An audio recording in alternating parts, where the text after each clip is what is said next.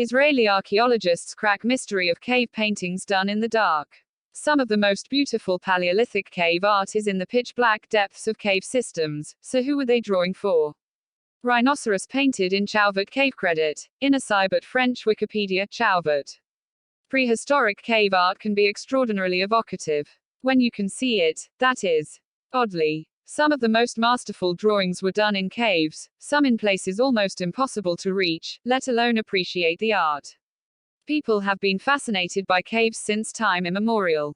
Yet why would a cave dweller tens of thousands of years ago venture hundreds of meters into the lightless underground, and why draw anything there? Now a groundbreaking paper published by Yafet Kedar and Ran Barkai of Tel Aviv University with independent researcher Gil Kedar in Time and Mind, the Journal of Archaeology, Consciousness and Culture suggests an explanation. The paper posits that the Paleolithic artisans were motivated by the transformative nature of the subterranean, oxygen-depleted space. There they could communicate with non-human entities inhabiting the underworld. They were making the drawings not for the tribe to see, but for keeping and maintaining their relationships with the cosmos. Moreover, they were doing so in a state of euphoria. To see in the dark, they lit torches, which diminished the oxygen in the deep reaches of the cave, putting them into altered states of consciousness due to hypoxia. Who doesn't love an altered state of consciousness? Leaving drunken elephants and inebriated bats out of it, among humans, hallucinogens have been cited for the ecstatic visions they may induce, and many a modern artist has recoiled from rehab for fear of starving the muse.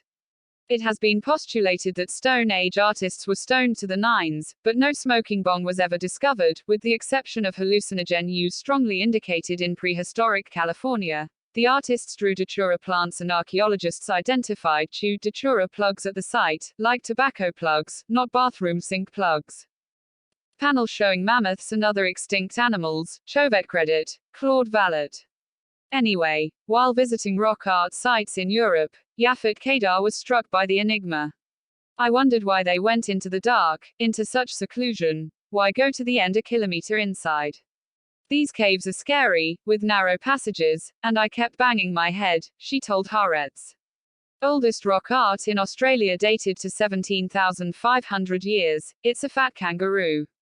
Archaeologists find oldest picture in the world. It's a pig. Prehistoric rock artists were stoned, archaeologists finally prove.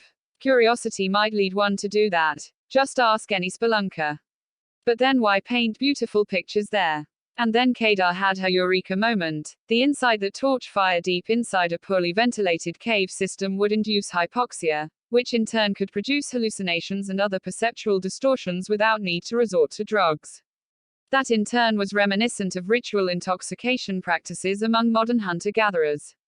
Kedar also surmises that once the Paleolithic artists became aware of this effect, they entered the caves and induced the intoxication deliberately. Obviously, not all cave art was done in pitch-black depths. Some was done at cave entrances, rock shelters and so on. But some was done in places where the artists would have been blind as bats without artificial illumination. This includes some of the most magnificent prehistoric paintings ever done.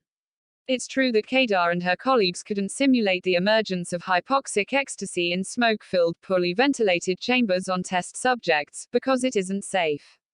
They based that aspect on reports from research on the effects of high altitudes on pilots and trekkers. But they could simulate the ventilation and atmosphere inside narrow Paleolithic caves using software created for architecture and engineering. For instance, to plan ventilation in underground parking lots, and what to do there when fire breaks out, Kedar says. Font de Gorme cave, with narrow.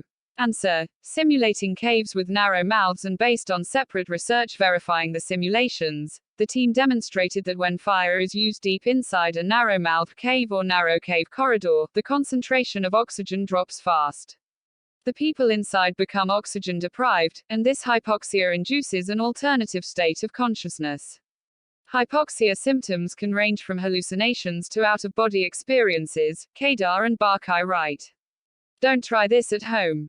Given that even stoned to the gills, one doesn't necessarily start drawing mammoths, and given the frequency, if not ubiquity, of inexplicable deep cave art, once the process had been learned, you can become accustomed to it, the researchers posit.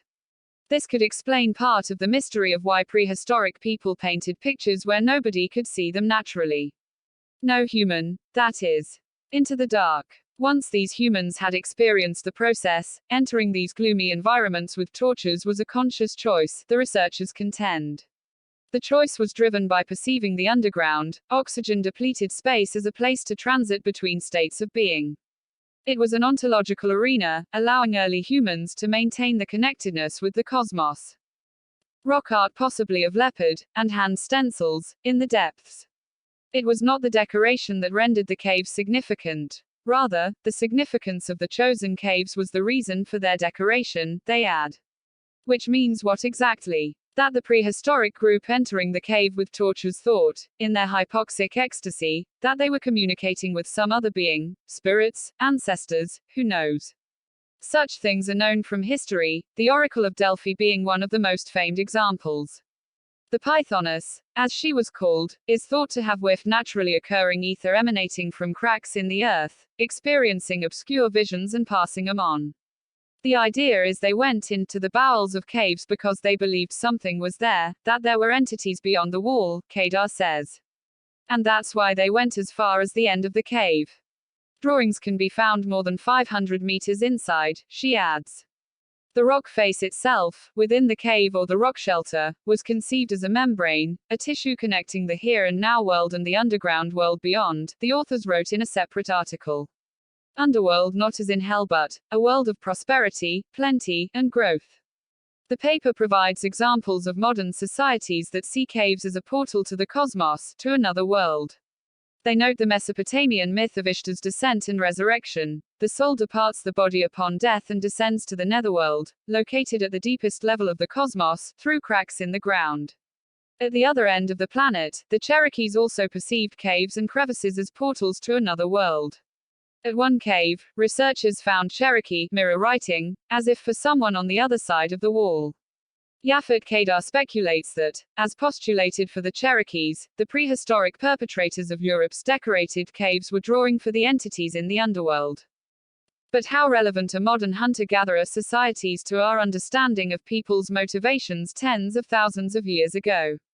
Professor David Whitley, an expert on ethnography and rock art who did not take part in the paper by Kedar and Barkai, thinks there is a relevance and applauds the research for putting to rest the debate over whether the earliest European cave art was associated with altered states of consciousness. A number of archaeologists, myself included, have argued that this art most likely resulted from shamanistic practices involving trance and hallucinations. One argument against our interpretation was that there was no evidence for hallucinogenic plant substances in Western Europe at that time, he told Haaretz in an email. This paper demonstrates conclusively that entry into many of these caves with a torch or lamp would have guaranteed a visionary experience. Whitley notes that cave sites were visited by people other than the artists, as attested by the occasional preservation of footprints, including of children. The implication is that they too would have experienced an altered state of consciousness, a kind of group trance. This is a novel and important implication of this research, Whitley says. But note, as Whitley does, that association between altered states of consciousness and/or visions and rock art isn't universal. Some hunter-gatherers practiced shamanistic religions involving direct interaction with the supernatural, but not all. Much Australian Aboriginal rock art has no relationship to trance, for example, Whitley says. Religion among Australian Aborigines emphasizes world renewal rituals rather than shamanism. Artistic asphyxia. Figurative cave art is the fief of Homo sapiens. Going by present evidence, there is no evidence of figurative Neanderthal art. The earliest known painting is of a warty pig. It was found just this year in a very inaccessible cavesite in Indonesia and is about 45,500 years old. Western rock art is better known, thanks to the likes of the exquisite images in the caves of Chauvet and Lascaux in France. So far about 400 decorated caves have been found in Western Europe, mostly in Spain and France, between 14,000 and 40,000 years old give or take, some painted where people could see, some in dark chambers. Use of torchlight has been proved. Separate studies have identified hearths, charcoal, torch marks and soot on the walls. There is evidence of some domestic activity in the depths, though most things were done where people could see. open-air sites, rock shelters, and cave entrances. With the help of software and Kedda's insight, the Tel Aviv team set out to calculate air circulation patterns in narrow-mouthed caves or passages, and how the torches would affect oxygen levels. Note that the study isn't pertinent to well-ventilated caves with large mouths, where fire creates distinct upper and lower layers of air. Heated air rises, so toward the ceiling we find fire exhaust gases. The lower layer consists of normal air from outside. But if the cave mouth is narrow or a narrow corridor, when torches are used for illumination, both the upper and lower levels of air become hypoxic. Oxygen quickly falls from open-air levels of 21% to below 18%, which can cause hypoxia. Since hypoxia can't be induced in the lab, it has been studied in the context of high-altitude pilots and mountaineers, not wrecked artists. Still, the results are illuminating. Hypoxia makes us hyperventilate. Our hearts race and so do our minds. It affects the frontal cortex and the right hemisphere of the brain, areas that may be associated with emotion-driven creativity. Hypoxia may also be accompanied by euphoria and a propensity to misjudgment, the team points out. It also ramps up dopamine secretion in the brain, which can cause dreams and hallucinations, sometimes associated with reported out-of-body experiences and sensations of flying or floating, not to mention near-death experiences, that bright light phenomenon, for instance. Evidently the effect is highly personal. Thank for watching.